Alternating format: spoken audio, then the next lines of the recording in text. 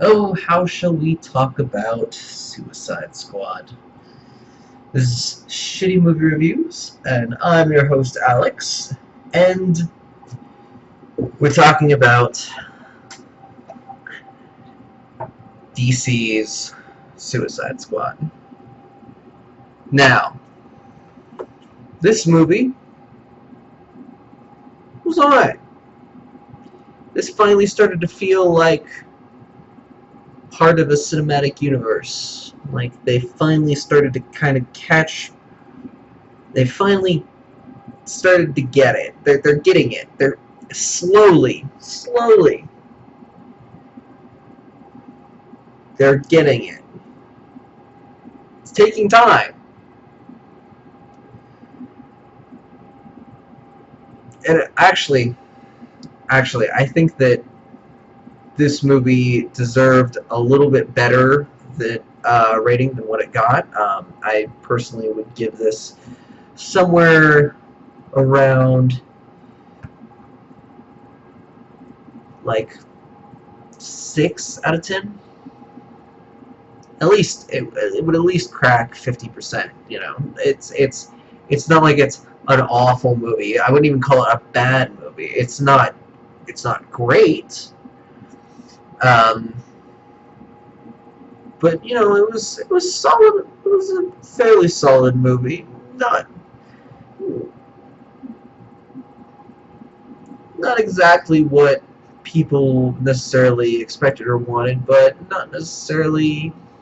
I wouldn't say that it was bad. So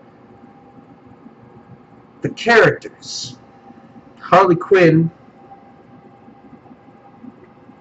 was pretty good, though a couple times was a little over the top. I mean,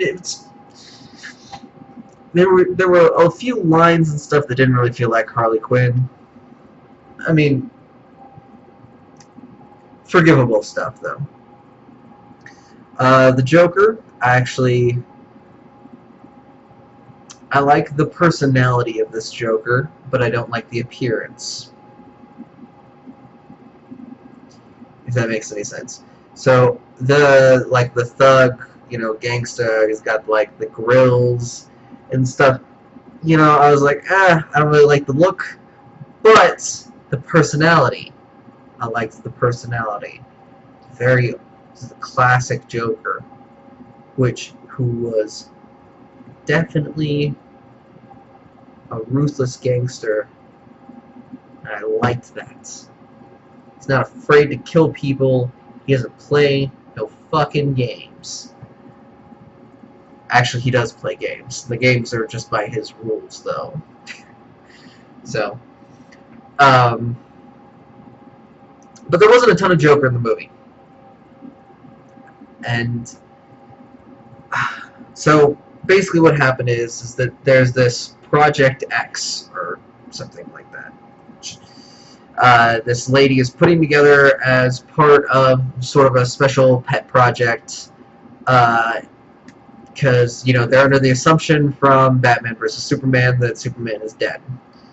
One that is a painful assumption for all of us to bear, because we're all pretty sure that Superman's alive and is just in hiding, you know, somewhere jerking off in his cave of solitude. Which, by the way, later this movie, practically extinction level event happens. Superman's nowhere to be fucking found. What a fucking asshole. Oh, or the Flash. Where's the fucking Flash? And you know what? Don't even give me that shit, because the Flash rounded up not one, but 2 of the members of the Suicide Squad. I think. Could have been more. But at least 2.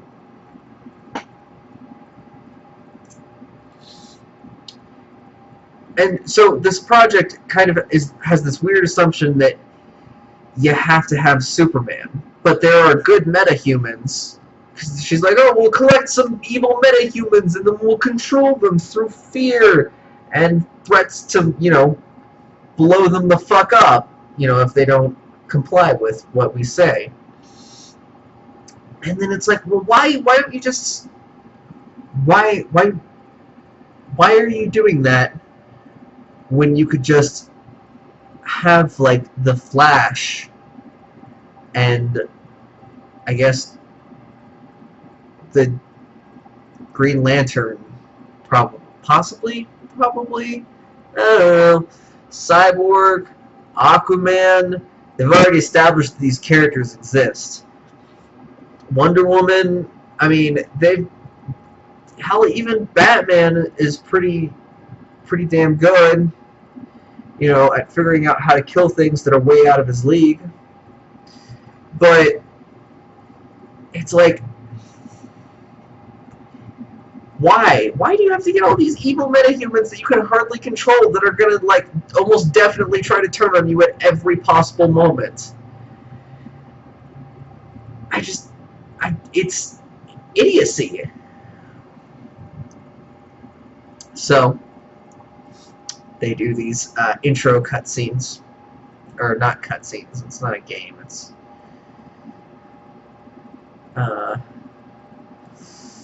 scenes, regular scenes, intro shots, I guess, introducing most of the characters of the Suicide Squad.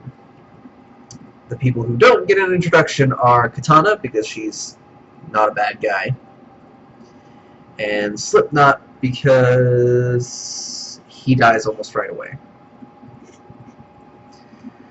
But they introduce us to everyone else. They give us Harley Quinn, Captain Boomerang, Deadshot,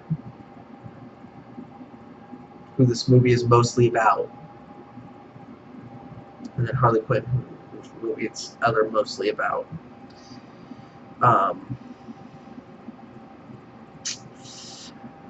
Crocodile guy. Fuck if I can't remember his name.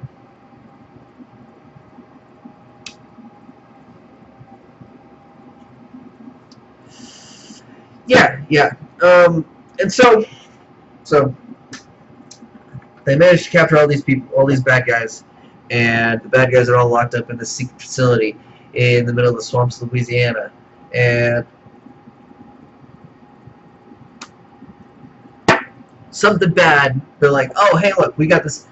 When she's presenting this to sort of a group of, I don't even know what it's supposed to be. Like, it's not like a congressional hearing. It's just like it's like a war room dialogue, I guess.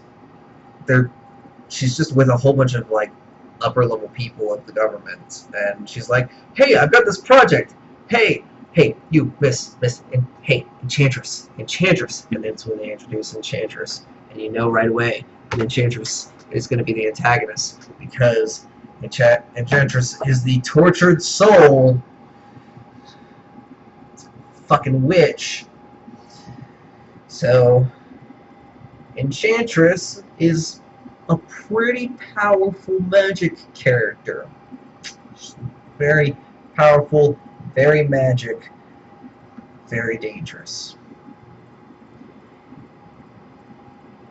The lady who's running this department, this pet project, has Enchantress's heart in, I assume, a briefcase rigged with explosives, so that should she ever die or something, like, the briefcase will explode and kill Enchantress, or I don't know, something.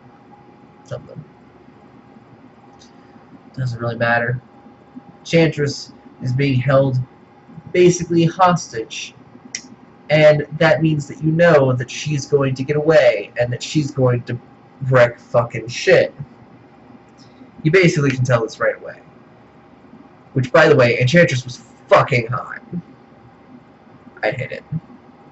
I'd hit the human form and the Enchantress form.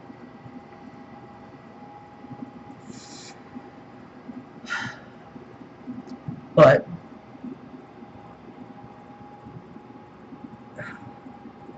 so Enchantress finds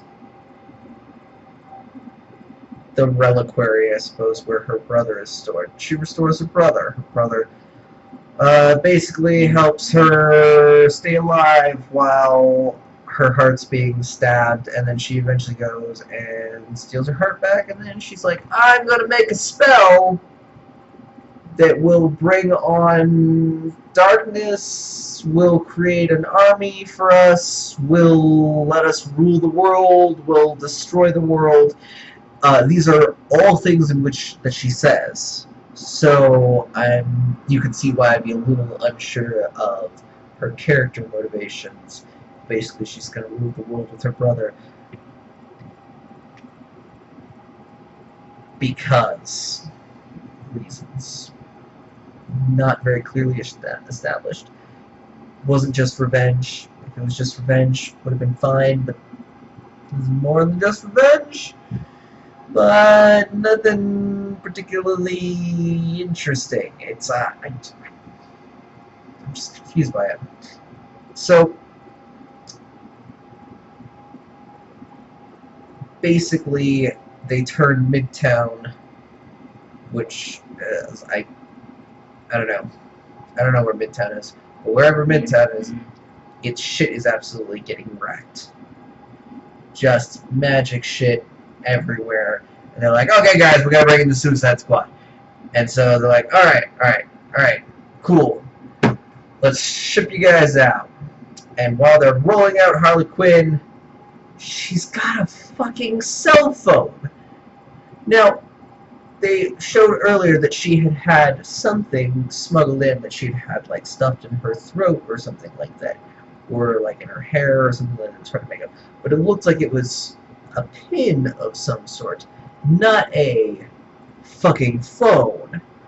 Let alone it's like a purple smartphone that she already has like the Joker's number in that she's been using to text the Joker, and you're like, where the fuck did she get a phone? She can't even touch the fucking bars in her cage. Like she's trapped in a cage, and they're like, hey, you know, you can't be on the bars, right? She's like, oh, and she's like, I just want to play. And she goes and she's like leaning on the bars, and the guard steps back, and they shock her. They shock the bars, and she's like, ah!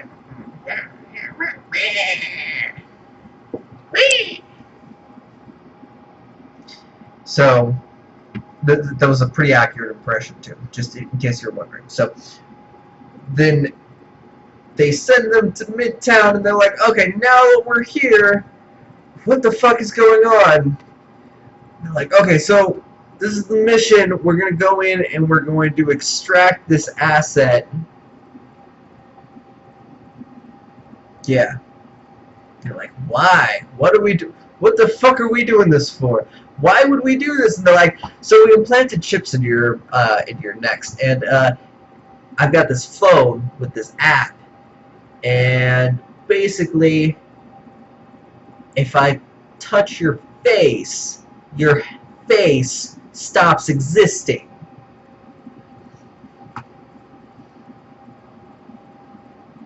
And you're like, alright, fair enough. Fair enough. You know what?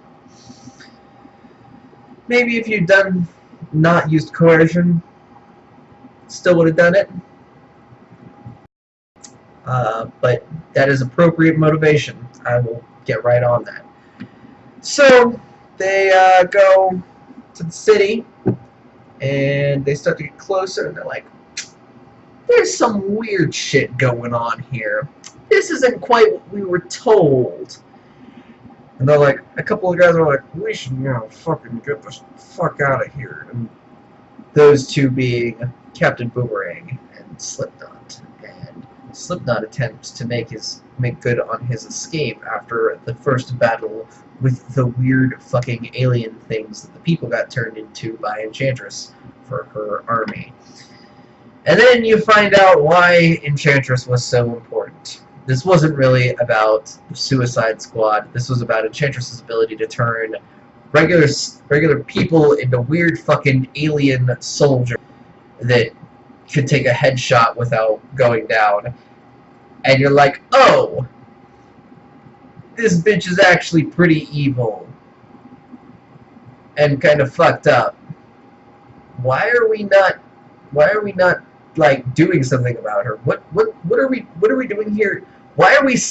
And then they find out that that's who they're saving. Is this bitch who's been like on their asses and who's been the one who's been like super hard ass. And they kind of have a weird respect for her because, like, she's tiny. She's like a like, little middle-aged black woman, but who it gives off, like, this incredibly intense aura. And they're like, okay, yeah, yeah. And just, so then they go, and they rescue her, and they're like, oh, we gotta go fix things, don't we? We gotta go fix the broken shit, take down Enchantress. Oh, and then they start talking about, like, Enchantress's power, and they're like, oh, fucking shit, we are way out of our depth here.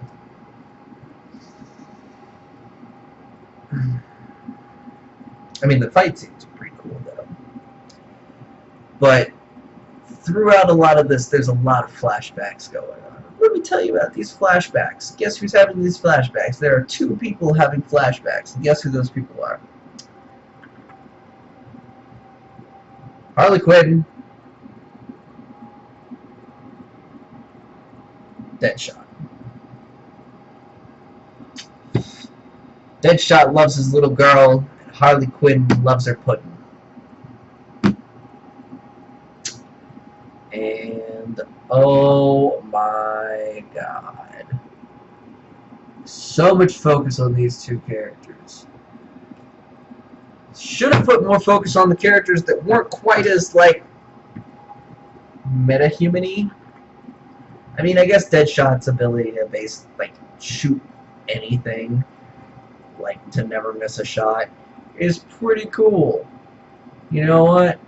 Captain Boomerang, though, I would have loved to see, like, him do a little bit more in the movie. Katana was pretty decent. Katana did some cool shit. Deadshot, of course, did cool shit. Harley Quinn, of course, did cool shit. Enchantress did cool shit. Though she was a bad guy. She's a bad guy. So, Enchantress tries to trick them. It's like they go to fight Enchantress. They finally get their resolve. They're like, we're going to do it. I don't remember why we're going to do it. We don't really have any particularly good reasons other than that, you know, it's kind of the end of the world, and, you know, we're here and can do something about it. You know, we should probably at least try to do something about it. It was basically what the reasoning was.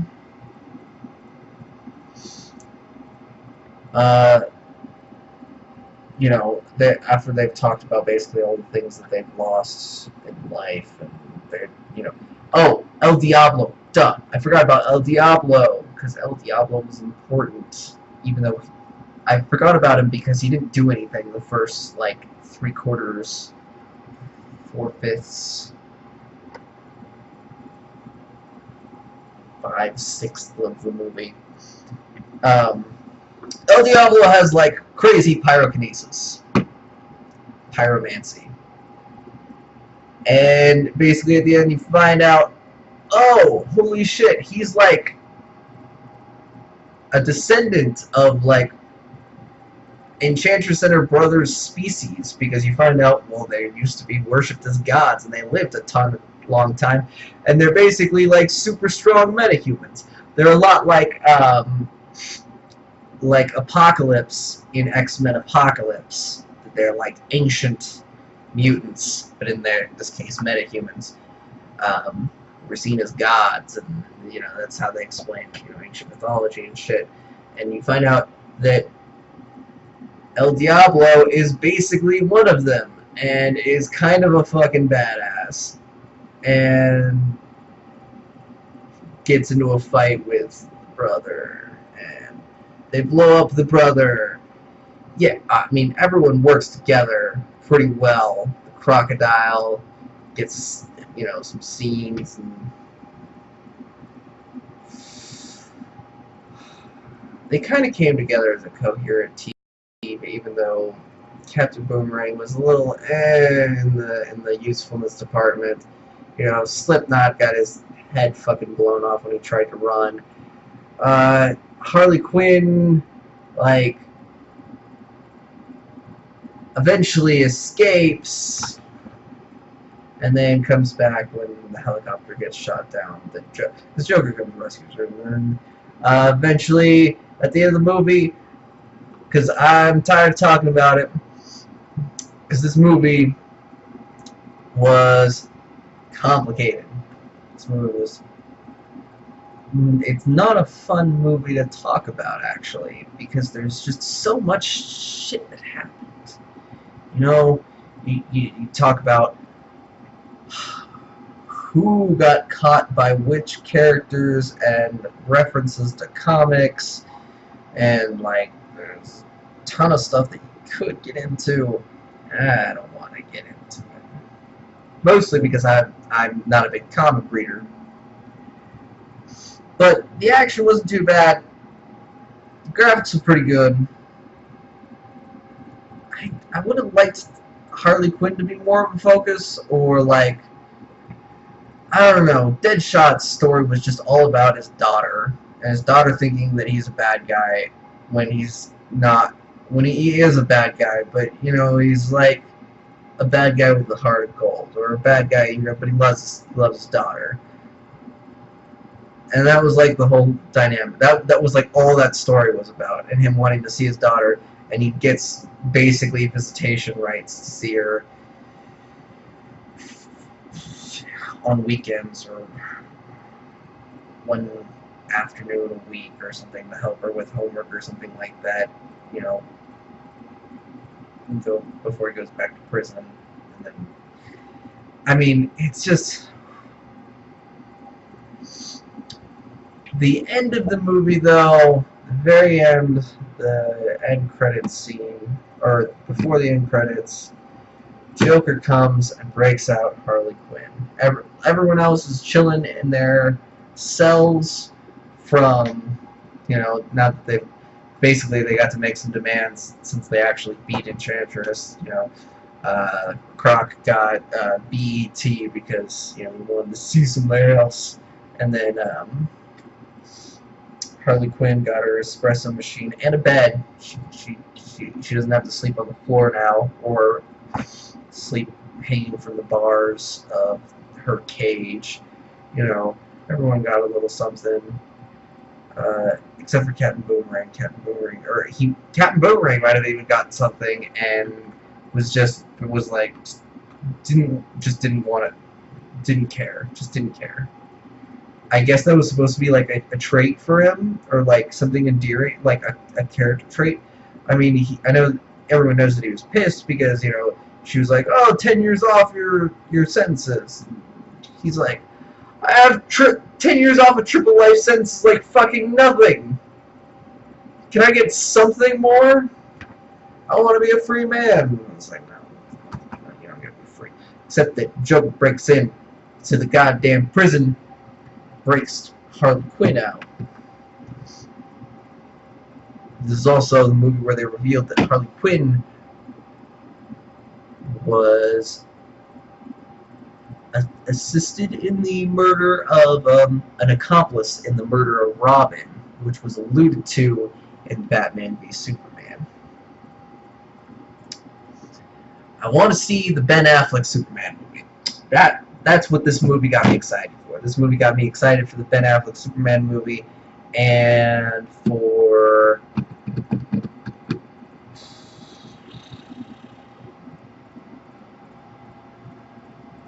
it's the only one that I'm really excited for in the DC universe. The end credit scene was basically Bruce Wayne getting documents from the black lady, and being like, "Hey, I'm gonna build my own team, motherfucker. Yeah, because I'll make friends with these metahumans and convince them to be on my side rather than coercing them like you are, you evil bitch." He doesn't say evil bitch, but it's kind of implied. Like, she's a pretty evil bitch. So yeah, it was Suicide Squad, more or less. It was alright. I mean, there's plot holes and things in it that don't make sense, but it's kind of fun, and I like some of the interpretations of the characters, and I think that the DC Cinematic Universe is finally starting to really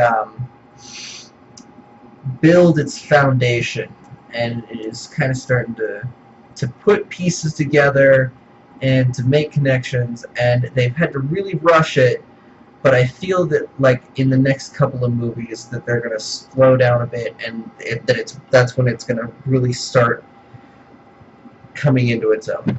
Really, the Batman movie is going to make or break it, in my opinion. If the solo Batman movie is good, the DC Universe has a chance. If the solo Batman movie is bad, probably not due to Ben Affleck's acting, probably due to either shitty script choices or due to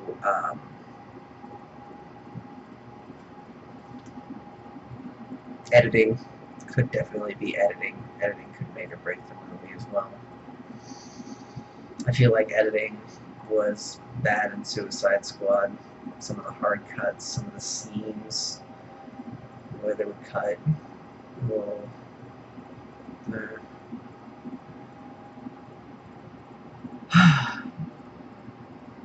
felt like they were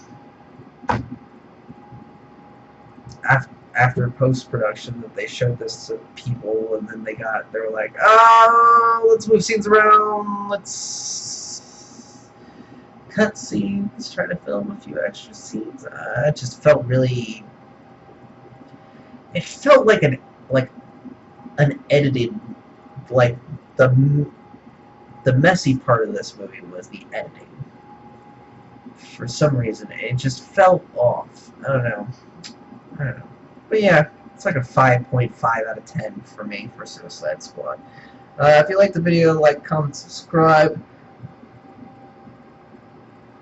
I'll probably be doing more rants rather than movie reviews, though I may do another movie review of something that comes out. I don't know what, though.